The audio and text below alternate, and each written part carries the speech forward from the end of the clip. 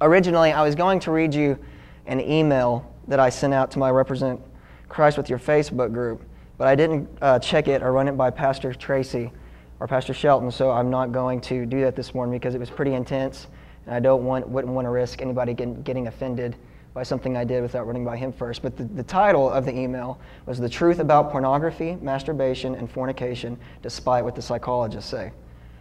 And I sent this message out to probably about somewhere around 3,000 people, maybe a little more. I don't remember if I sent it to my mailing list as well. But people began to take this message and copy and paste it and put it on their walls.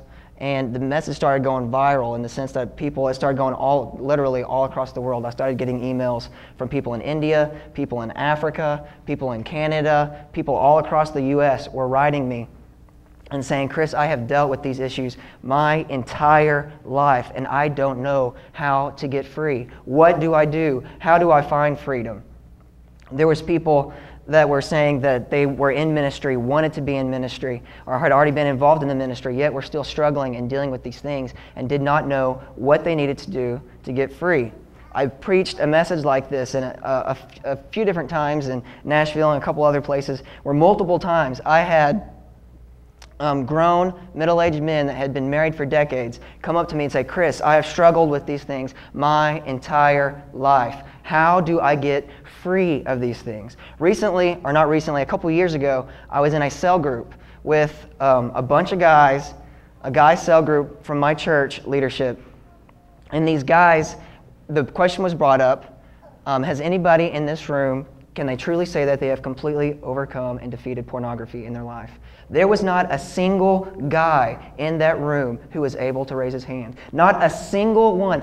God has better for us than that. That was church leadership in that cell group. And yet not a single one could raise their hand and say that they had completely overcome that.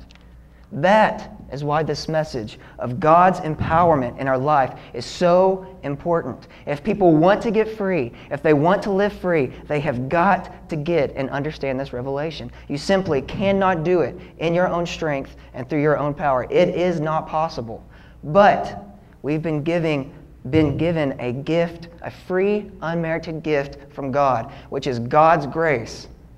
And I want to describe to you now how God's empowerment, or how grace is God's empowerment. By the time I'm finished with this sermon, I expect every single one of you to have all the knowledge you need to completely understand what you need to know in order to live a life free of all habitual behaviors and addictive behaviors and habitual sins.